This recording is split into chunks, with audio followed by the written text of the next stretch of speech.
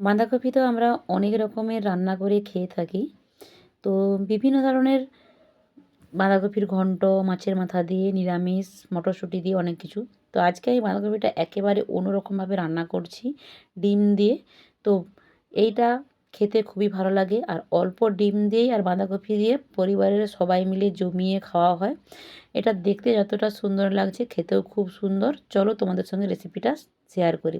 নমস্কার, অন্বেষা ভ্যারাইটি ভিডিওতে নতুন পর্বে স্বাগত জানাচ্ছি। আজকে আমি বাঁধাকপির একটা নতুন রেসিপি তোমাদের সঙ্গে শেয়ার করব। 3টে মাত্র ডিম দিয়ে পরিবারের সবাই খেয়ে নেব। তো এই 3টে ডিম দিয়ে বাঁধাকপিটা কীভাবে রান্না করে পরিবারের সবাইকে খাওয়াই, সেটাই হচ্ছে ব্যাপার। চলো তোমরা ভিডিওটা দেখো, আশা করছি ভালো লাগবে। ভালো লাগলে লাইক, কমেন্ট, শেয়ার করো। নতুন বন্ধু হলে সাবস্ক্রাইব করে পাশে থেকো। এইবার আমি বাঁধাকপির বোখারটাকে কেটে বাদ দিয়ে দিলাম। ফ্রেশ করে শুধু বাঁধাকপিটা নিলাম। বাঁধাকপিটাকে দু অর্ধেক করে নিলাম। একটা ছোট করেছি, একটা বড় করেছি। আমি ছোট পাঁচটা নেব, বড় পাঁচটা রেখে দেব। তো ছোট পাঁচটাকে আমি নিয়ে আবারও এটাকে দু অর্ধেক করে নেব। দু অর্ধেক করে নিয়ে এই বাঁধাকপিটাকে একবারে মিহি করে কাটতে হবে। তো আমি ছুরির সাহায্যে কাটতে চেষ্টা করছি, তো কিন্তু ছুরিতে আমি পারি না। আমি তারপরে বটিতে কেটেছি। তোমরা অবশ্যই বটিতে কেটো, ছুরিতে পারলে অবশ্যই ছুরিতে কেটো। একবারে যতটা মিহি করে কাটা হবে এই রেসিপিটা ততটাই ভালো হবে। দেখো আমি কতটা মিহি করে কেটেছি, একদম মিহি করে কেটেছি। যত মিহি কাটা হবে এই রেসিপিটা বানাতে ততটাই ভালো হবে। তারপর এটাকে আমি জল দিয়ে ধুয়ে নিচ্ছি, জল থেকে নিংড়ে নিংড়ে তুলছি। যতটা জল না নেওয়া যায় ততটাই ভালো। তারপরে বাঁধাকপিটাতে লবণ মাখিয়ে আমি কিছুক্ষণের জন্য রেস্টে রেখে দেব। তো লবণটা দেওয়ার পর হাত দিয়ে ভালো করে বাঁধাকপিটাকে লবণের সাথে মেখে নিচ্ছি, যাতে বাঁধাকপির যে অতিরিক্ত একটা জল থাকে সেই জলটা যাতে আমি পরে বের করে দিতে পারি। তার জন্য লবণটা দিয়ে ভালো করে চটকে চটকে বাঁধাকপির সঙ্গে মেখে কিছুক্ষণের জন্য রেখে দিয়েছিলাম। কিছুক্ষণ পর দেখো নিগড়াচ্ছি কতটা জল বেরোচ্ছে, অতিরিক্ত জল কতটা বেরোচ্ছে। তো একদম টকটকে করে শুকনোর মতো করে এটাকে নিজড়ে আমি একটা অন্য পাত্রে তুলে নিচ্ছি। দেখো আমি মানে একদম পুরো বাঁধাকপিটাই নিজড়ে জল থেকে তুলে নিয়েছি। তারপর এর মধ্যে আমি ডিমগুলো ফাটিয়ে সব দিয়ে দেব। আমি 3টে ডিম নিয়েছি। তোমরা যদি একটু বেশি ডিম দিতে চাও অবশ্যই বেশি ডিম দিতে পারো, কোনো অসুবিধে নেই, বরং বেশি দিলে একটু ভালোই হবে। তো তারপর 1 চামচ আমি গোলমরিচের গুঁড়ো দিয়ে দিলাম এর মধ্যে। দিয়ে ভালো করে এটাকে মিশিয়ে নেব।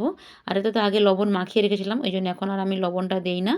তো ভালো করে এবারে ডিম, বাঁধাকপি আর গোলমরিচের গুঁড়োটাকে ভালো করে মিশিয়ে নিতে হবে। তো আমার ভালো করে মেশানো হয়ে গেছে।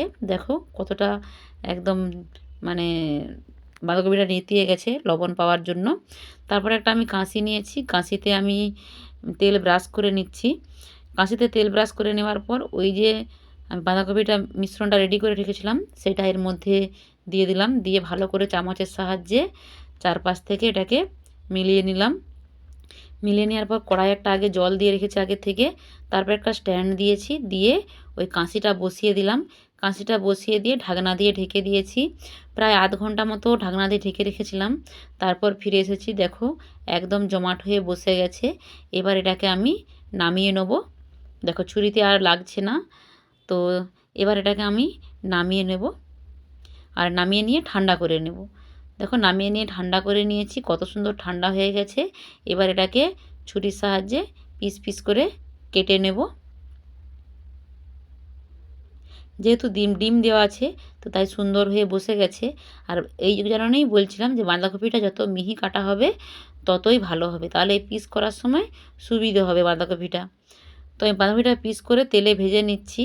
আর এখানে সামান্য অংশ আমার একটু মোবাইলের স্কিপ হয়ে গেছে, তো তাই ওখানটা আমি আর পিস করার পর আর দেখাতে পারি না। তো পিস করে তেলে ছেড়ে দিচ্ছি দেখো। আর পিসগুলো একটু এলোমেলো হয়েছে, কারণ বাঁধাকপিটা আরও মিহি কাটলে তবে পিসগুলো একদম সমান সমান হতো। তো যাই হোক, তোমরা যখন বানাবে অবশ্যই তোমরা একটু আরও আমার থেকেও মিহি করে কাটার চেষ্টা করবে। তো এবার আমি বাঁধাকপির পিসগুলোকে ভেজে সব তেল থেকে তুলে নিচ্ছি। দিয়ে এক এক করে আবারও আরেক ব্যাচ দিয়ে দিচ্ছি তেলের মধ্যে। তো সবগুলোই আমার ভাজা হয়ে গেছে দেখো, একদম চৌকো চৌকো শেপে আমি করেছি। তো একদম এটা ভাজা হয়ে গেছে। তো ওই কড়াতে আমি দিয়ে দিলাম চিনি। চিনিটা পেকে উঠতে দিয়ে দিলাম গোটা গরম মশলা। তারপর দিয়ে দিলাম থেতো করে রাখা রসুন। দিয়ে রসুনটাকে আমি একটু ভেজে নিচ্ছি। রসুনটা ভালো হয়ে লাল হয়ে ভাজা হয়ে যাওয়ার পর আমি একটা বড় সাইজের পেঁয়াজ বেটে রেখেছিলাম, ওই পেঁয়াজটা দিয়ে দিলাম তেলের মধ্যে। তারপর 1 চামচ আদা বাটা দিয়ে দিলাম, একটা বড় সাইজের টমেটো দিয়ে দিলাম, সামান্য লবণ দিয়ে দিলাম। দেওয়ার পর ভালো করে মশলাটাকে একটু কষিয়ে নিচ্ছি। টমেটোটা একটু গলা গলা হয়ে গেছে, তারপরে দিয়ে দিচ্ছি ধনে আর জিরে বাটা, তোমরা চাইলে গুঁড়ো ব্যবহার করতে পারো। তারপর লঙ্কার গুঁড়ো দিয়ে দিলাম, তারপর হলুদের গুঁড়ো, সামান্য পরিমাণে জল দিয়ে মশলাটাকে আবারও কষিয়ে নেব, তেল ছাড়া পর্যন্ত অপেক্ষা করব। ভালো করে মশলাটাকে কষিয়ে নিচ্ছি। তো আমার মশলাটা কষানো হয়ে গেছে, এবার আমি জল দিয়ে দিলাম।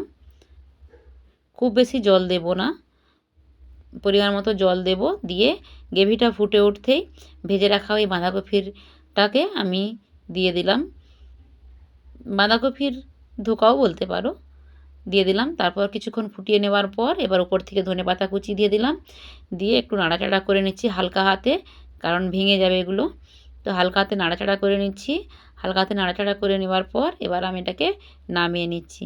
কালারটাও খুবই সুন্দর এসেছে, দেখে তোমরা বুঝতেই পারছো।